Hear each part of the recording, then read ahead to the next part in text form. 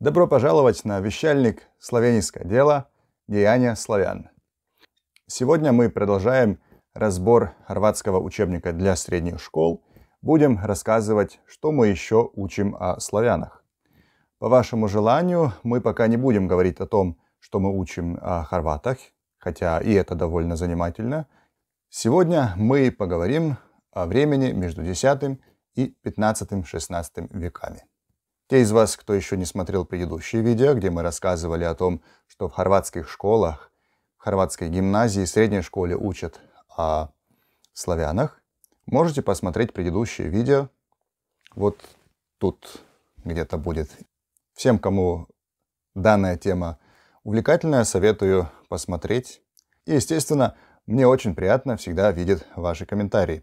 Они помогают нам, чтобы наше зриво, наши видео видело как можно больше количество людей. Если вы хотите помочь нашему вещальнику, поделитесь нашим видео, обязательно комментируйте, напишите свои мнения, свои размышления и поехали!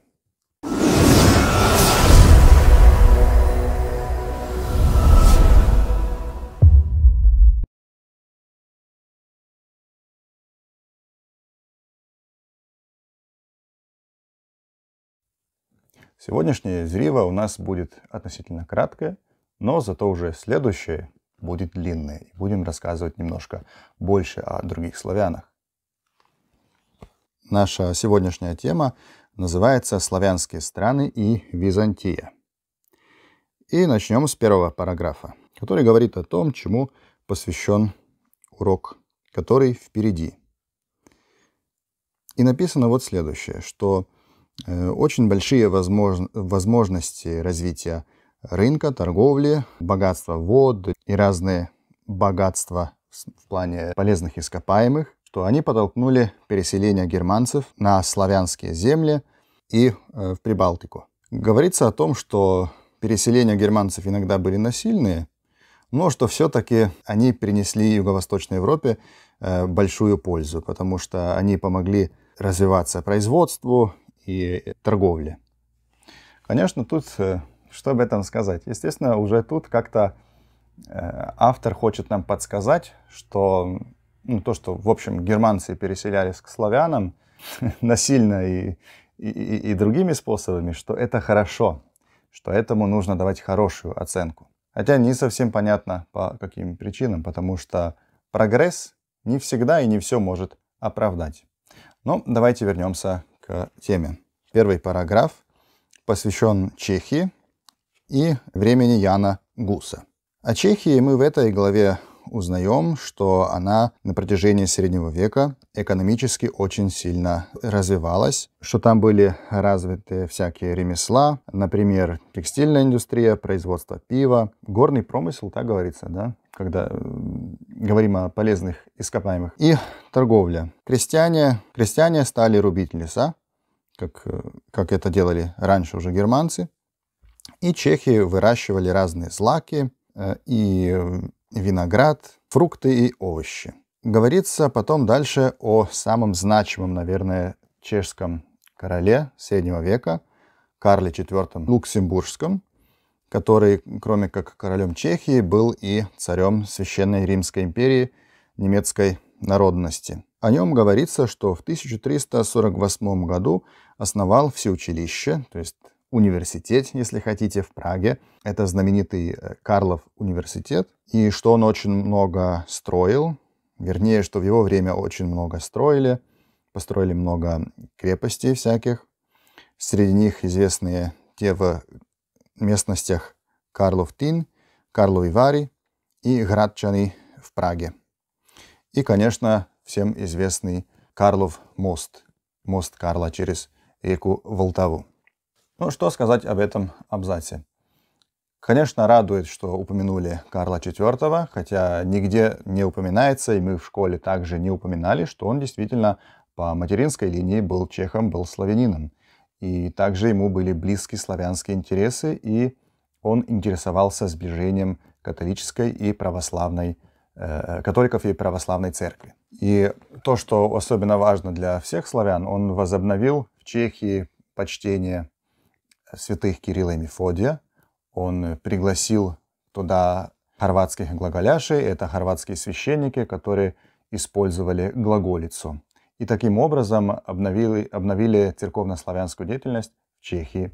Ничего потом не говорится тут о монастыре Эмаус или на Слованах, славянский монастырь в Чехии, где как раз развивалась эта деятельность, которая продолжила свое существование вплоть до гуситских войн. И очень странно, что в этом периоде, в Среднем веке, не говорится ни о каких связях хорватов и чехов, ибо в начале, еще, если я не ошибаюсь, в XI веке, именно чешские священники приходили в Хорватию и помогали тут устроить епископство, в Загребе, например. Да?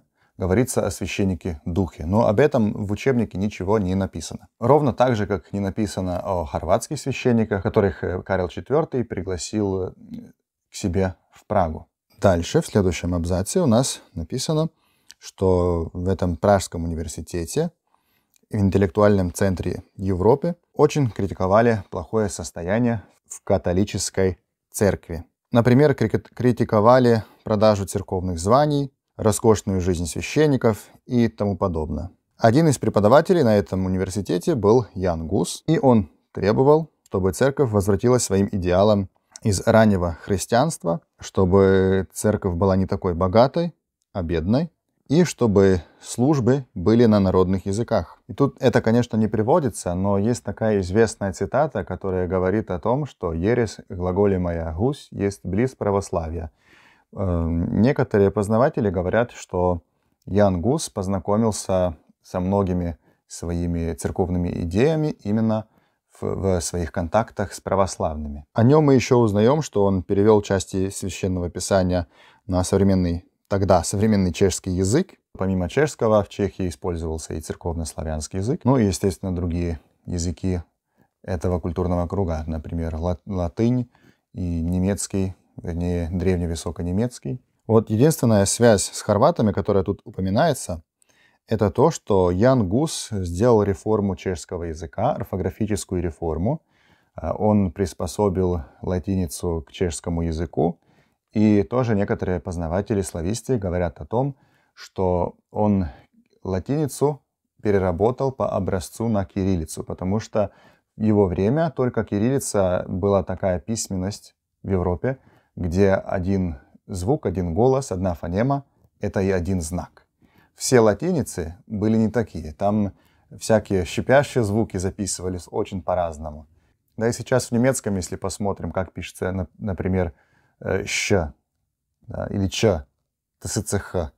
То есть всегда записывали больше графем, больше знаков, чтобы этим выразить просто одну фонему. Ну, и Ян Гус, скорее всего, тоже при контактах с православными, увидел, что можно писать и такой системой, где один звук равно одна графема, одна буква. И связь с Хорватией какова?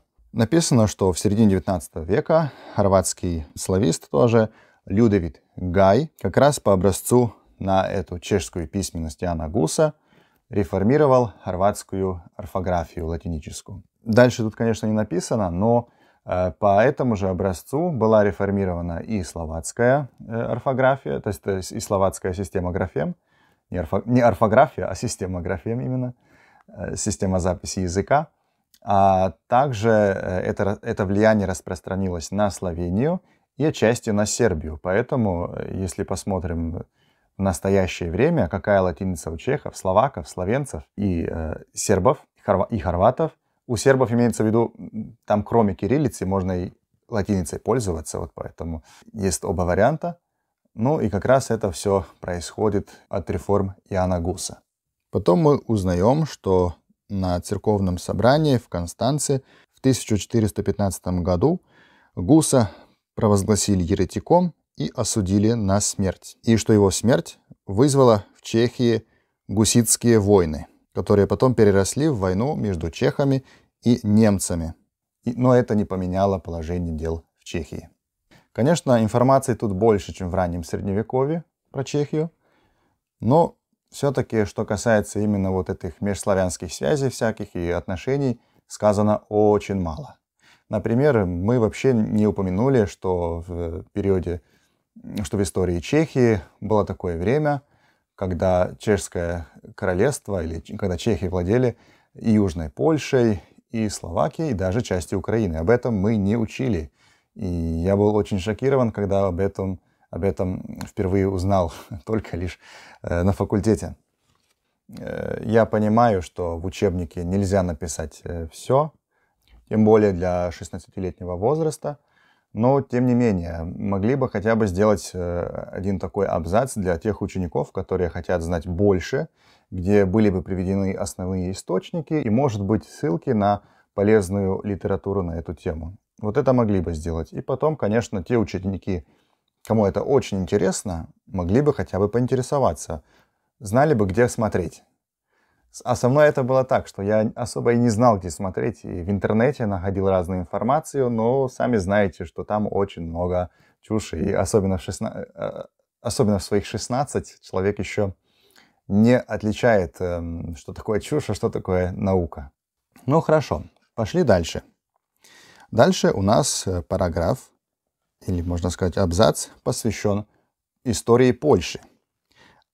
О ней мы узнаем, что как в Чехии, так и в Польше после того, как, можно сказать, вымерла народная династия, народное поколение, завладели иностранные монархи. О Польше говорится, что верх своего развития она достигла во времена Казимира, Казимierz по-польску, и что в 1364 году было основано всеучилище или университет в Кракове. Это тоже известное краковское всеучилище, Краковский университет.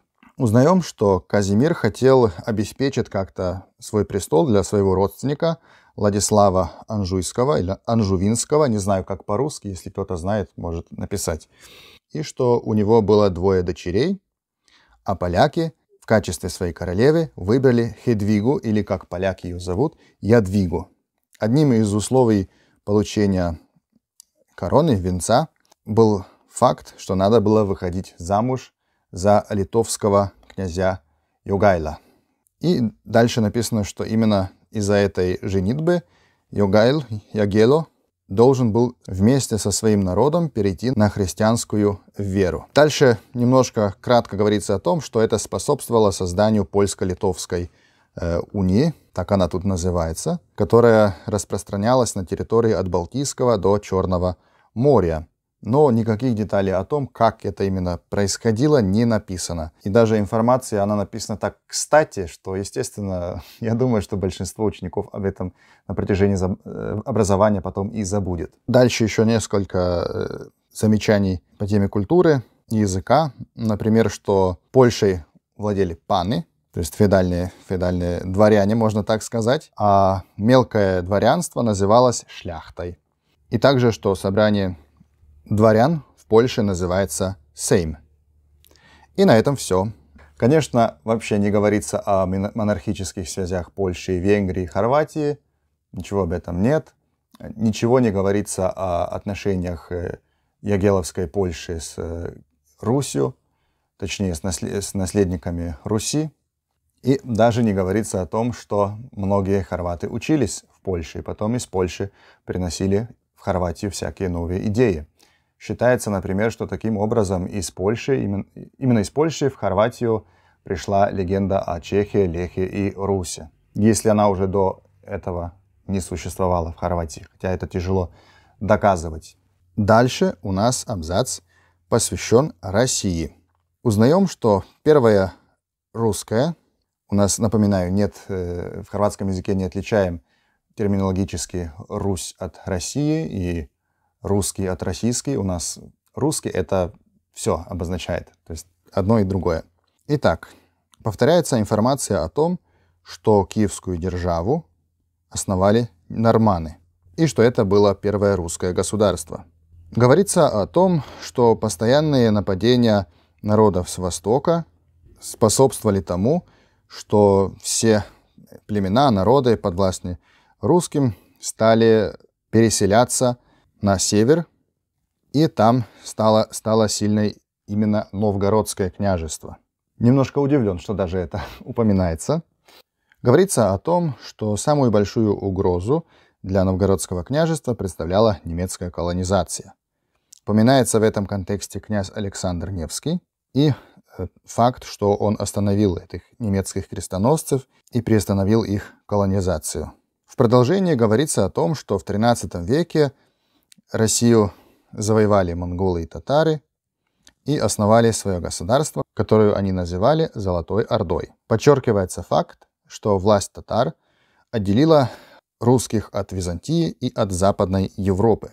В данном контексте, опять же так, очень быстро упоминается Дмитрий Донской. Факт, что он сначала собирал дань для татар, но что, тем не менее, несмотря на это, когда он стал политически сильным, поднял восстание против татар. И несмотря на то, что он был побежден, не говорится вообще в какой битве, ничего не говорится. Куликовская битва вообще не упоминается. Хотя, с того, что я помню, у нас немножко другой учебник был. Мы Куликовскую битву упоминали как очень важное событие. Но тут в этом учебнике она не упоминается.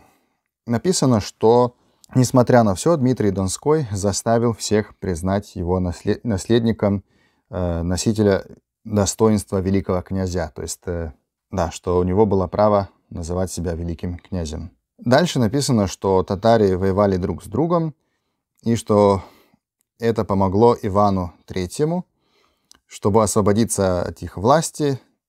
И когда он это сделал, он стал сильным и провозгласил себя государем всей Руси.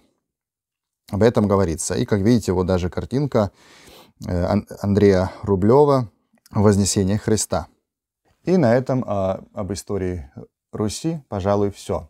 Тут тоже есть факты, которые должны были быть упомянуты. Как я уже сказал, Куликовская битва обязательно. Но и один факт, о котором очень мало кто знает. И я очень долго не знал. А это факт, что одно ответвление Рюриковичей владело Хорватией. Один из Рюриковичей, вернее не Хорватией, а Славонией. То есть пространство между реками Савой и Дравой. Можете поискать это на карте современной Хорватии. Ну да, тут был баном, заместителем короля, один из потомков Рюриковичей. Но я думаю, он у нас заслуживает отдельное зрива, поэтому тоже, если кому-то интересно об этом услышать, пишите в комментариях. И в конце этой новой страницы у нас интересные факты. И просто тоже набросали тут факты эти, что вообще непонятно, запомнит кто-то это или нет. И так написано, что одним из вождей чехов в гуситских войнах был Ян Жишка. Дальше, что Иван III построил Кремль, и что Кремль на татарском языке значит крепость. А я в татарском языке не силен, поэтому если нас смотрят татары, пишите, правда ли это или нет. Я не могу ничего сказать тут. И последняя единица, последний параграф, абзац, это юго-исток Европы, это юго-восточная Европа.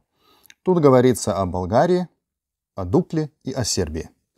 О Болгарии мы узнаем, что Болгария потихоньку в XII веке, в конце XII века поднимается на свои ноги, освобождается от византийской власти. Тут речь идет о так называемом Втором Болгарском царстве. И дальше написано, что в 1201 году Болгария наконец-то освободилась и что ее независимость признали. И что в то время государем Болгарии был Калоян, который при помощи папы Римского провозгласил себя царем Болгарии. Дальше написано, что это долго не продержалась, такая ситуация, такая обстановка, потому что болгарские дворяне ссорились друг с другом, конечно, и, как очень часто бывает, вот именно в этом была причина того, что Второе Болгарское царство перестало в конечном итоге существовать. В кратком абзаце говорится о Дукле. Мы узнаем, что она в XI веке находилась под властью Византийской империи. Все до тех пор, пока среди дуклян не восстал князь Воислав в 1035 году, когда Дукля становится независимой в средневековых понятиях. После Воислава государем Дукли стал Михайло. Ему папа Григорий VII дал королевскую корону в 1077 году. После него государем стал Бодин. После его смерти Дукля ослабла. В XII веке опять признают власть Византии, а в конце XII века переходят под власть сербских неманичей. И в конце говорится о Сербии. Говорится о том, что государями Сербии были потомки Стефана Немани или святого Симеона, хотя тут не упоминается, что это именно он, святой Симеон. В начале XIII века, написано немножко тенденциозно, что только в начале XIII века сербы стали больше подчиняться византийскому влиянию, и что они, тогда отделились от православия, и подразумевается, что раньше они были католиками. Но это тоже, информация очень тенденциозная и не совсем правдивая. Но почему это так, пожалуй, вот это, конечно, тоже стоило бы в отдельном видео рассказать. Написано дальше, что сотворение сербской православной церкви произошло благодаря Саве, который был сыном Стефана Немани. И тут непонятно, Стефан Неманя упоминается под своим мирским именем, не говорится о том, что это святой Симеон. А что касается Савы, тоже не пишет, что его имя в миру было Ростислав, а святый Сава это было имя уже, когда он стал монахом. Да, и тут тоже, конечно, когда мы это слушаем, может создаться впечатление, что да, действительно, это сербы были те, кто отделился от православия. Неправильно сказал, что сербы были те, кто отделился от католичества, а мы вот, как хорваты, остались верными католичеству. Хотя вообще не говорится о том, что действительно святой Сава это был очень духовный человек. Он уже в детстве пошел в монастырь, отказался от королевских достоинств и посвятил себя Богу. Да, мне самому он был долго неизвестен, но когда я поближе познакомился с его ликом и с тем, что он делал, для меня святой Сава стал очень, очень близким и святым. И он всегда старался за то, чтобы вера была чистая, чтобы не было лжеучений, чтобы не было ересей. Но об этом тут, конечно, не говорится ничего. И может создаться на основании такой информации ложное знание. Дальше мы учим, что да, Сербией на протяжении Средневековья владели все эти потомки Стефана Немани. И что государи Сербии продавали права на пользование рудниками сасским, то есть немецким, и дубровачким из республики Дубровник, предприятелем, так сказать, что благодаря им Сербия развивалась. В конце говорится о том, что самый сильный из государей Сербии был царь Душан, что он завоевал и части Греции, и что был опасным врагом для Византии, и даже получил титул царя. Но, как это часто бывает, после сильных государей приходит разруха. Сербия тоже после этого стала деградировать. Упоминается битва на Косово поле в 1389 году, и что это было начало конца сербской средневековной державы. Написано, что часть дворян стала на сторону осман, а часть убежала на север, в Смедерево. Это была новая столица сербская. И что они продолжили борьбу за Сербию при помощи венгерско-хорватских королей. И на этом все, что мы узнаем о других славянах. На мой взгляд, мало. Особенно меня смущают такие моменты, которые говорят в пользу сотрудничества славян во всех временах. То есть обычно акцент ставится именно на конфликты. То есть мы всегда были врагами, мы всегда были по хорошей стороне истории, а те были по плохой стороне истории. Естественно, если детям так подается история, у них образуется очень такое стереотипное мнение друг о друге в международном смысле. И это, конечно, очень сильно удаляет славян друг от друга. А если бы мы вдруг упоминали именно те факты сотрудничества межславянского, когда славяне, наоборот, были не в конфликте, а помогали друг другу, и как хорошо повлияли на историю друг друга. Я думаю, если бы мы учили об этом, тоже эта ненависть, которая у нас существует, она бы потихоньку исчезла. Желаю всем, чтобы ненависть исчезла из наших сердц, и чтобы славяне стали на шаг ближе. Спасибо всем за внимание, и увидимся в следующий раз.